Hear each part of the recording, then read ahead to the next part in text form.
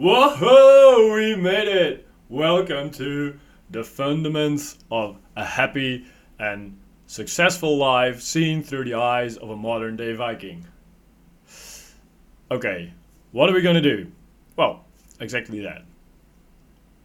I don't have the truth, I just have what works for me, what I think is most important for people to structure their life around if they want to move forward, if they want to be happy, successful in relationships, business, and fitness, feeling good.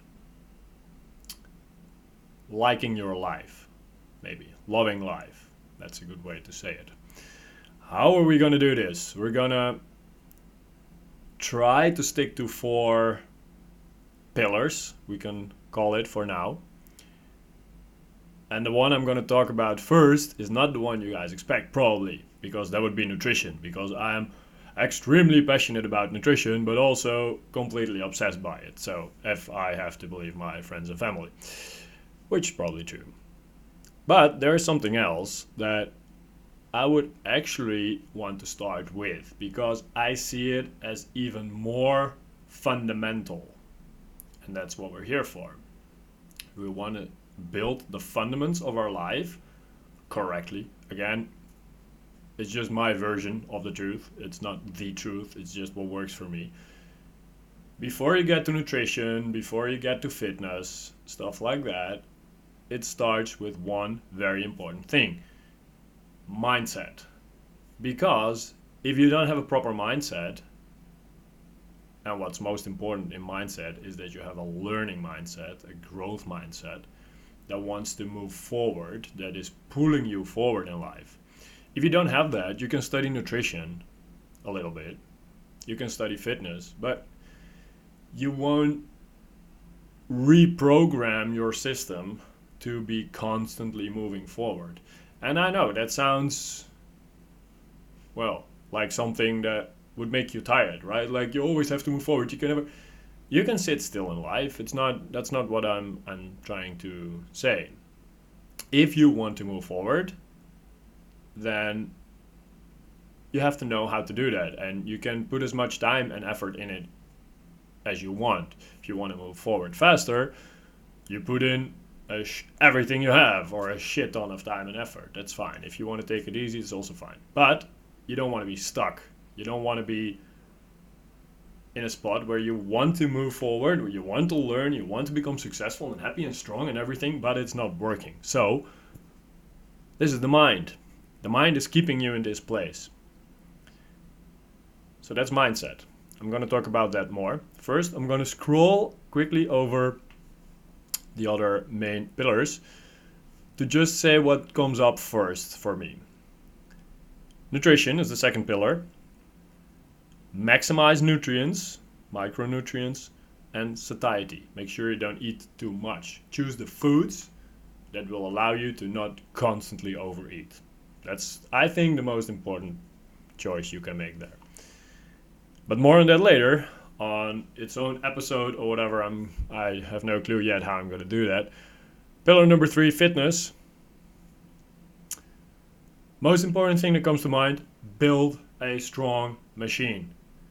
If you want to drive around, you want to have the best car, the strongest car, the most beautiful car, whatever you find the most important. So I'm not saying you have to spend all your money to get the best car you can, but you want something that you really like, that you're happy with, that you walk out in the morning, you step in your car, and you feel good about it. You know, that's what you want with your body, at least. Because it's a cliche, you only have one, but it's a very important one. It's the one that's carrying you forward through everything you do in life. And a good thing to realize is that it does not have to cost as much as people think to move through life in the body you want, or you would want. There's a lot of reasons people do not have the bodies they would want. I know all about it, more on that later. I should stop. This is good for now. It's easier than you think. It's not, well, it's simple. It's not easy if you follow some guidelines. Okay, last pillar that I am experienced enough with to find myself wanting to share my vision is healing. Healing from old pains, healing from old wounds, healing from, you could call it trauma. There is a very strong link with mindset in this, because if you feel worthy of progress and of success, then you will go after it. This is also a mindset thing. So as long as you don't feel worthy because there is too much pain in you, too much insecurities and too much limiting beliefs, you will probably actually not get into the spot where your mindset is that good. So that's very important. But again, I have to start somewhere. I can make, I can deviate a little bit in between the topics, but for now, that's the overview. Mindset, nutrition, fitness, healing. 4 very important pillars. That's my perspective. Are these the most important pillars for everybody? Are these the only pillars? No. There is other very important things in life that you need to fix to be able to be happy and successful. Sleep properly, have good friends, have a nice social network, make sure you have decent relationships, communication skills. There's lots more. There's probably other people on the planet that have more expertise and experience than me on that, so enjoy. Let me know if you find something good. I'm always interested. Okay, a little bit on me, on my background before I move into the piece on mindset. I have struggled. I've struggled my ass off for as long as I can remember. It started to get a bit better, I would say 7 years ago, because I started to do mental coaching. Shout out to Jared Tendler. I worked very intensely with him for like 1 year, 2 years. And the beautiful thing that happened is that basically he is such a good coach, teacher, that he managed to get me to put in the work to become my own coach. And after that, I've had years of not even working with him very often. I'm back to doing that a bit. I should do it even more because there is always stuff to discover. There's always new stuff to learn. There's always new limitations that you can overcome, which I love doing by now. So I will keep doing that. Shout out to Jared. Motivation, confidence, learning process, focus, happiness. They're all things that are, for a lot of people, very untangible. Is that the word? Topics like semi-spiritual that you cannot, well, it's there or it's not. It's all very technical. If you really want to put time and effort in it to learn about it, you can improve all those things a lot. You can restructure them completely, including confidence, which is one of the most important, again, because if you don't feel worthy of success because you're a confident, strong human being, you will probably not gonna put in the work that will actually get you the success and the happiness. So that's very important. Okay, so I've struggled a lot. I lost 80 pounds. I've struggled with worthiness and happiness, like so many do. That's not a secret. That's actually good to struggle with stuff like that. That's how we learn. I've always also struggled with physically. Like I've lost 80 pounds a couple times in my life, swung back and up, and for as long as I remember, at least a good 20 years of like no control over my weight and no control over my food cravings, stuff like that.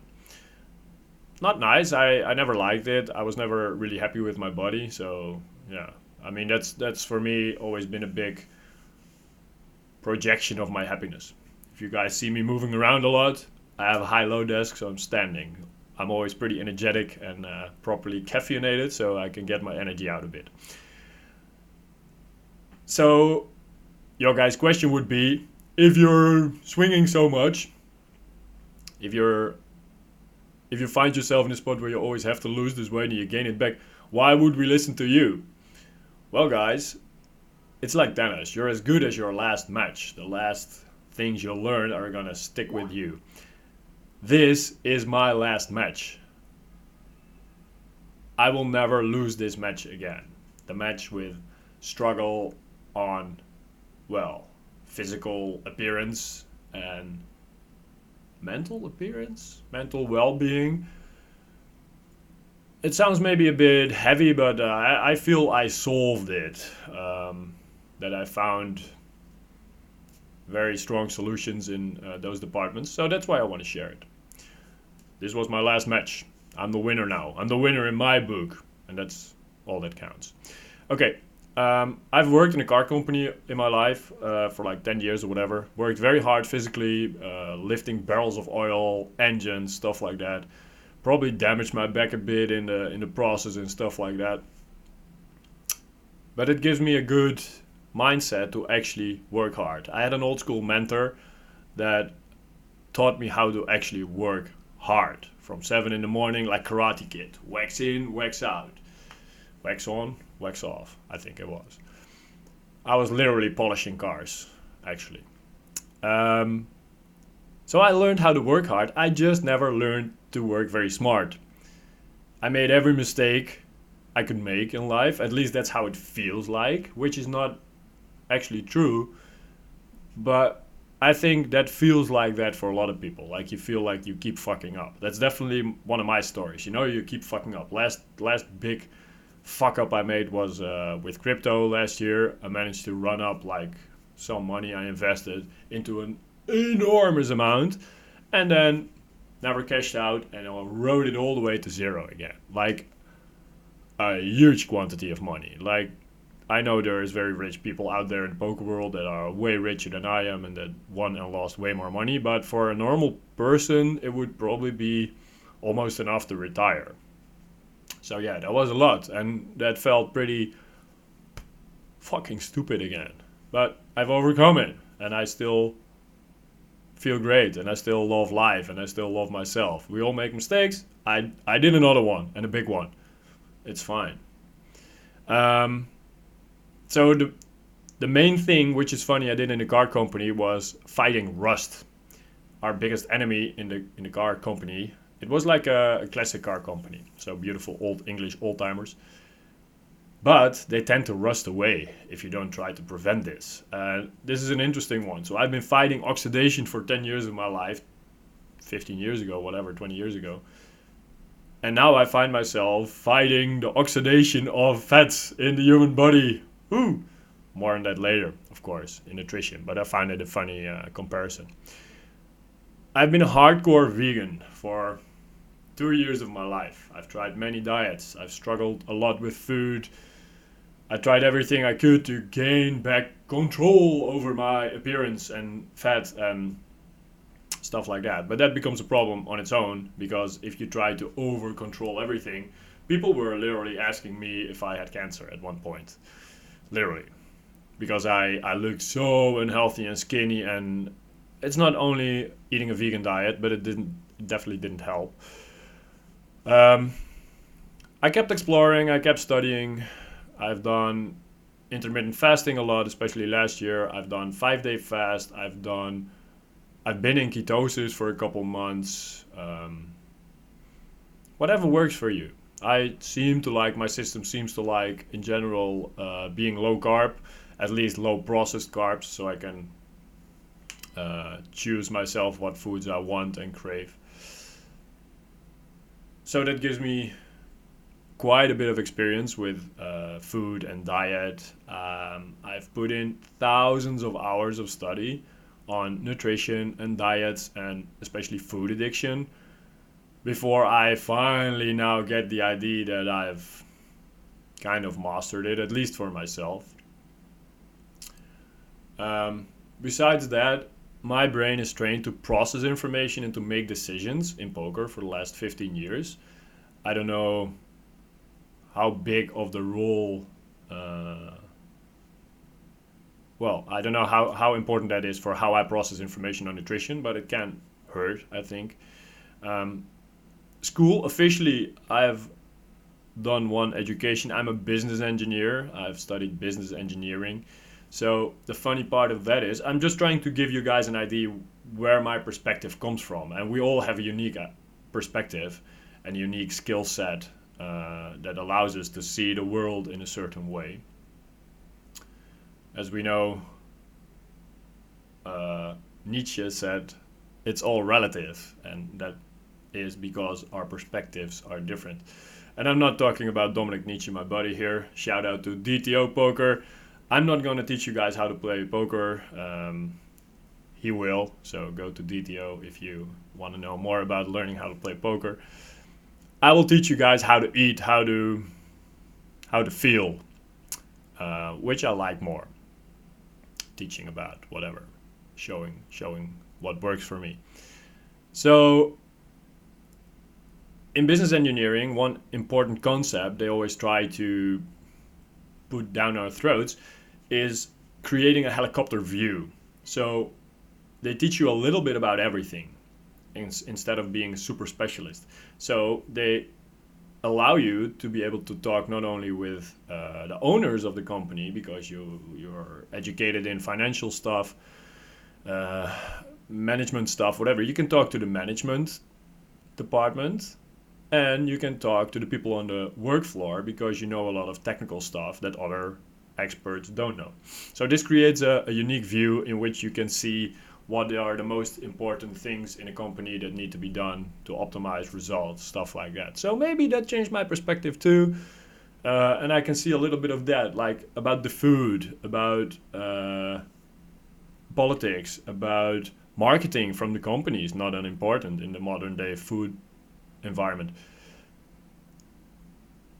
Happiness, like the brain, like I say, I think it's good to have like a lot of knowledge from a lot of stuff and then super specialize in a couple things. For me, that's poker, obviously. But it doesn't mean you can't talk about other things because you can grab from everything else.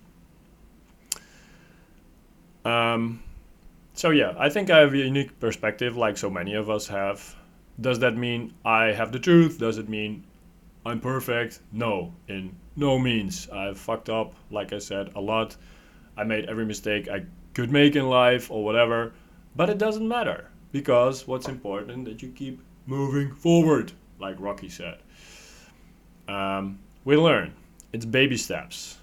I remember when I met Jared, when I found his book, and I started to understand what my journey would look like. I remember literally estimating that this would cost me 5 years to get to a point where I would be, well, anything close to where I wanted to be in terms of being successful and happy and whatever. And that became kind of true. Like, I think I started 7 years ago, and from around like 2 years ago, my results really started to improve like a lot. Not exactly 2 years ago I won the W Cup. That's a coincidence, or not a coincidence, obviously, but I mean that I say 2 years, because actually it's a bit longer. I remember like half a year before, I already felt so much more confident. I could see my skills stacking up like very nicely. So it's a bit more than 2 years. So it was probably 4 or 5 years after I started to restructure my whole life, aiming for success and happiness. Is it worth it? Of course it's fucking worth it. I hope I have to go like 50 more years with that new success and happiness and worthiness. But even more important, it was a struggle. Some of the things I've done to progress, to learn, to grow were the most painful things I've done in my life, literally. More on emotional release therapies later. But yeah, they were worth it. It's amazing to feel that you can grow that much, that you can become so happy and like relatively to where you were. We don't have to be here. You don't have to be in the top 1% of society. I mean, I'm aiming to be in the top 1% of poker. I'm aiming to be in the top 1% of having a strong body, or at least the body I want. It's not up to me to tell you what body you should want. I mean, I would advise to have a strong body with a bunch of muscle, but it's your choice. But if you want a different body, or you want a different life, or you want a different type of success, fine. It's your life, it's your rules, but try to get there. And then if you do that, like if you have a plan and you find yourself executing that plan, it's actually amazing. It brings you happiness. And I know this is a cliche, but happiness is not about the destination, it's about the journey if you do it correctly. Okay, enough. Well, that's not only about me, but enough about me. If I can make you guys happy or struggle less or inspire to become a bit stronger, a bit happier, that would be amazing. That would be an honor. I feel that as a calling nowadays. I feel I've come to a level of success in poker where I can hopefully use some of the money I make to spend on, well, maybe do giveaways for books or whatever. The first book I want to talk about is the mindset book, of course. So, uh, okay, I think I'm gonna move there. I've said enough on this. One thing, last thing, an analogy. If you want to build a strong, if you want to build a house, you want to use strong materials. You want to use strong building methods. That would be the mental processes, and the materials, of course, your food. Remember the story about the three piggies that were building houses? And a house, it's not only your body, it's also your beliefs, your mindset, and everything.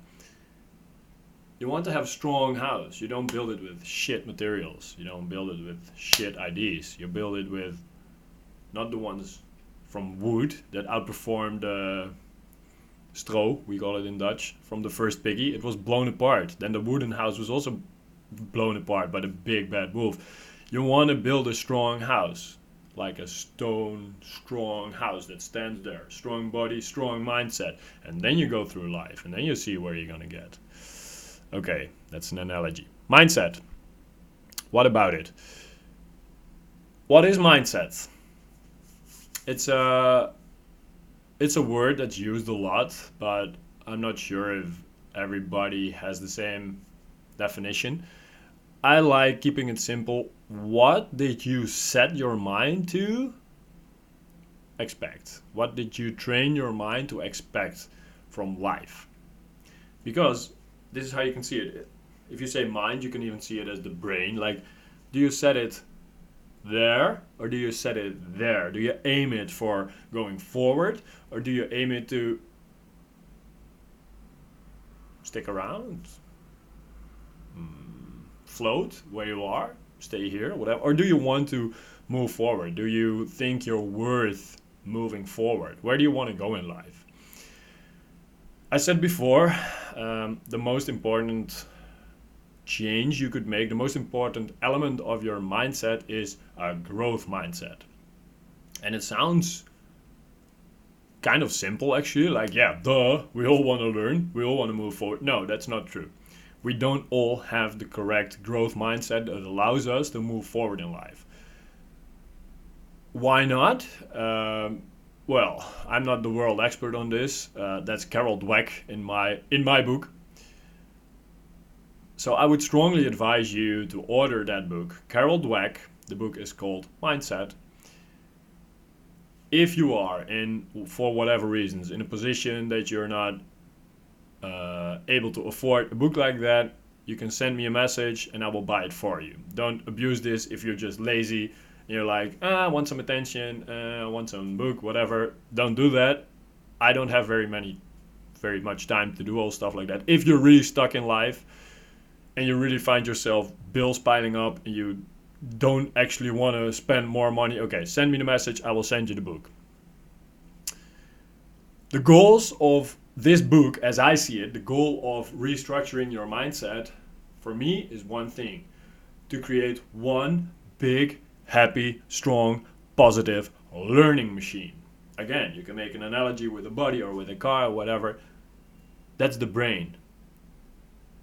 Fall, fail, keep learning, keep getting up, keep showing up, and enjoy the process of continuous learning. I've done courses on learning. I can link to them later. I've read books on practice. Like, this is where it all starts. If you decide you want to move forward in life a bit more structured, whatever things, again, whatever is most important for you, money, love, happiness, you can grow, you can learn in all those things so much. So you have to set your mindset to keep practicing and keep studying. Actually, this is a funny comparison I would want to make. I envision myself having two tattoos. One that says study here, and then one here that says practice. Because that's life. You cannot just study, stay in the books, and not go out there, you know? If you're a nerdy guy just studying how to seduce girls, but you never go out there, guess what? You're never gonna get good at it. If you're a guy that works very hard, like I was in a car company and just smacking stuff, making a lot of noise, whatever, always working very hard physically, working very hard, even in poker. I remember, man, putting in so many hours playing, because that's what you're trained to do, just play poker, but never study. Never think how to structurally improve what you're doing, trying to practice, trying to play. That's also not going to work. You need both in life. And some people are better at studying and less good at practice. Some people just want to do. I'm somewhere in the middle. I used to be more in the practice side and not enough theory because of my mindset. I was completely stuck in a fixed mindset. I remember being super smart as a small boy, like especially with math.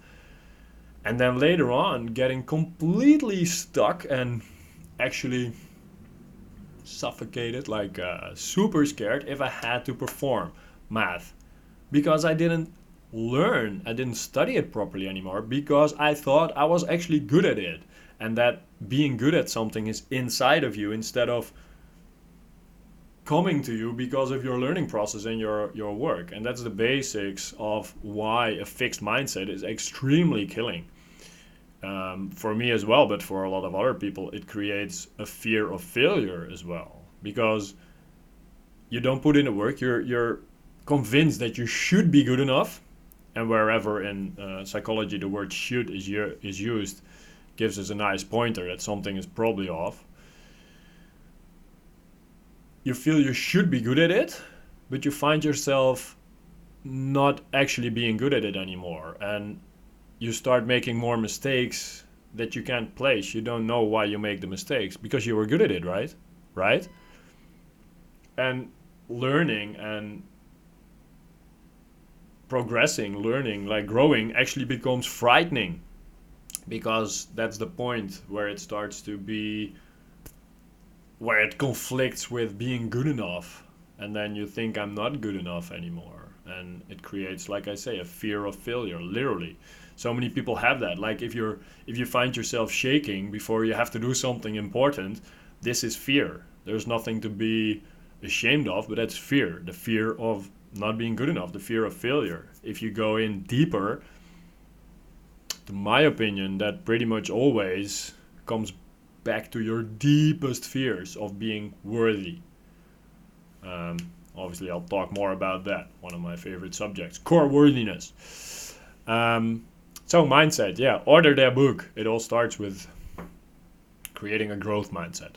Second one, vulnerability. You guys know me as pretty open, probably, if you know me. I've talked about my emotional release stuff a couple days ago on social media even. If you're not open yourself, or even to others, about the stuff you feel vulnerable about, the stuff you feel weak about, if you're not open enough about that, you keep it hidden inside, you're not gonna progress, you're not gonna learn.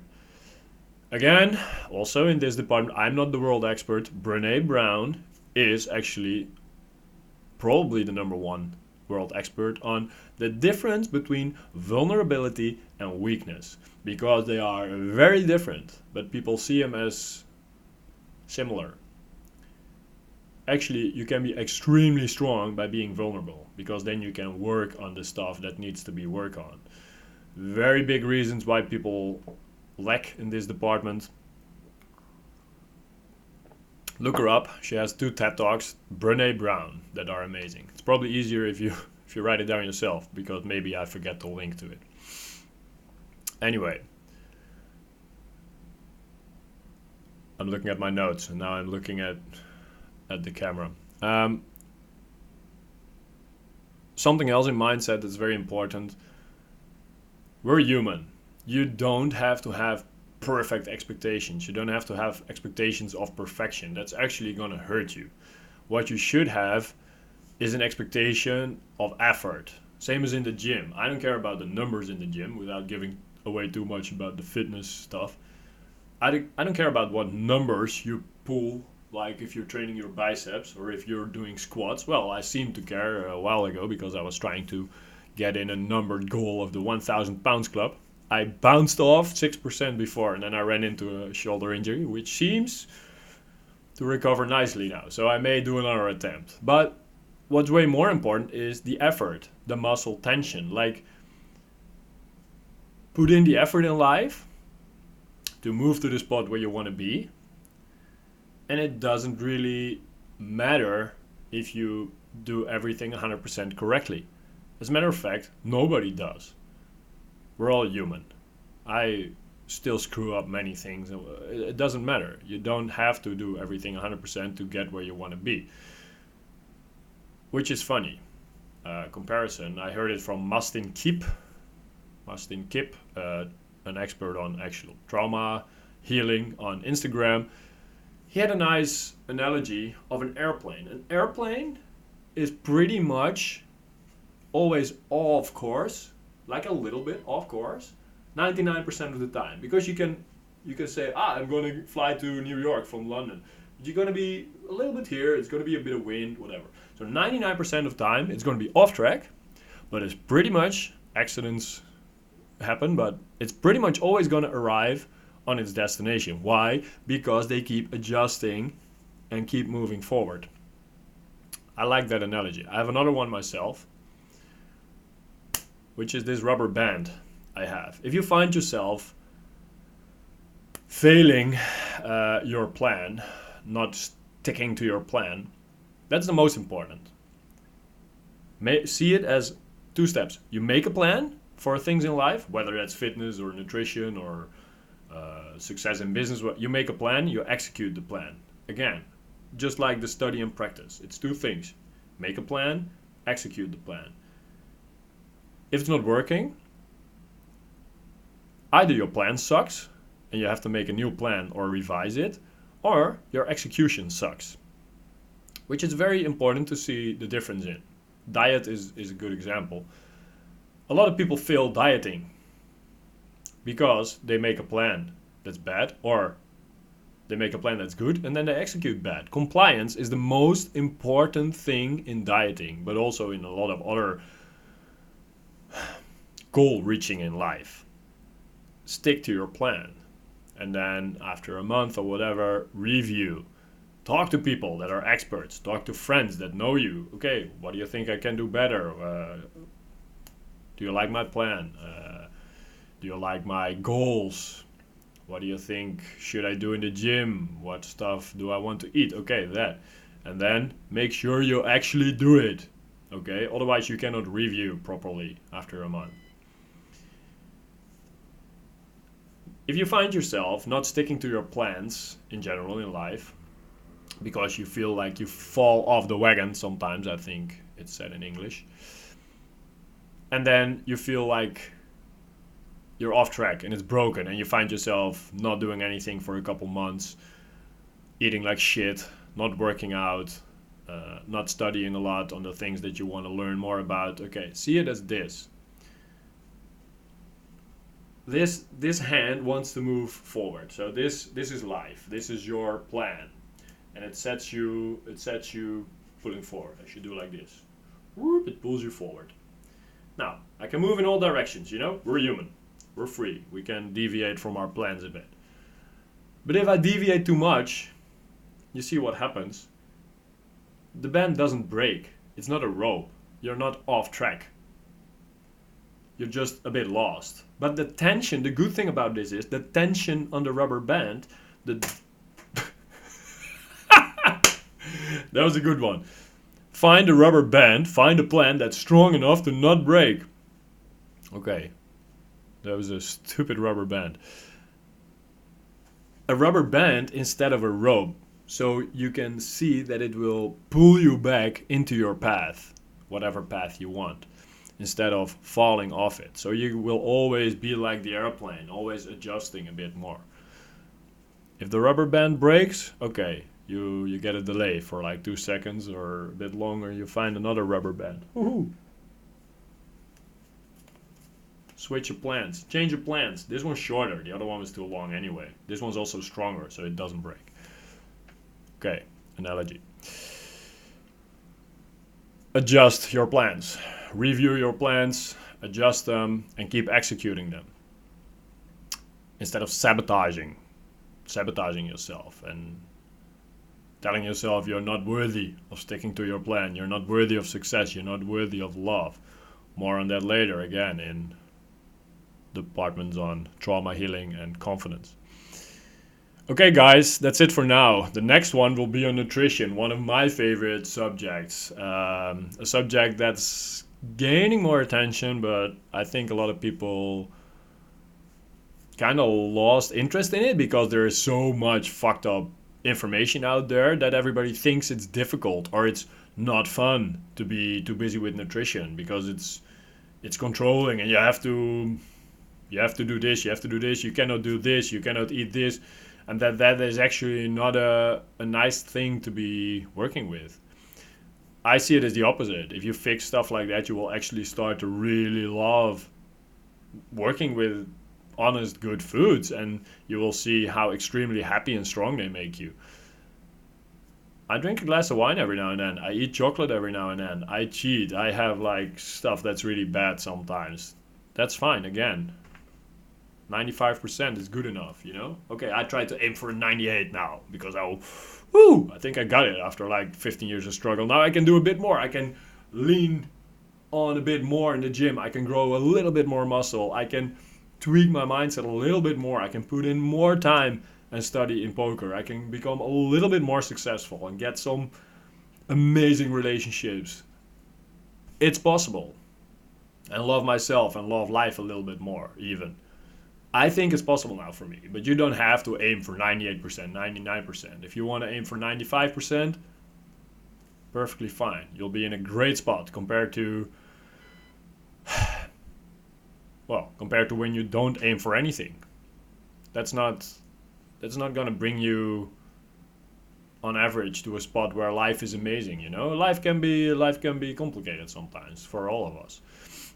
But if you make a plan and you see how you can move around a bit more productive, that will actually make you happier. I promise. And if not, you get your money back. What money? Okay, guys, that's it for now. One expression I like, write your own story. I identify with a modern day Viking. Yeah! Why? Because it fucking makes me feel good and because I can. Because it's my life. If you want to identify with another superhero or if you want to identify with no superhero and just be yourself, it's fine. Write your own story. You make up who you are in life. You make up what you want to do in life. You make up what you're going to do in life. And then you're going to do it. If you don't believe in that, if you don't believe like, yeah, but I would want this type of relationship and business and success, like, believe me, it's possible. And it's actually one of the few things in life where it's allowed to fake. Don't be that girl. Don't come running back to be like, Steven said it's okay to fake. That's not what we're talking about. I'm talking about confidence. Guys, fake it till you make it. It's allowed. That's actually how the brain learns. Teach yourself, more on that, again, future episodes on confidence. Teach yourself where you want to be by actually putting it out there. Put it on paper. Get a good mental coach. Convince yourself that where you want to go is possible. Convince yourself that you feel amazing about it and that life is amazing, because it is. if you believe so. So write your own story, fake it till you make it. Thanks for watching, guys.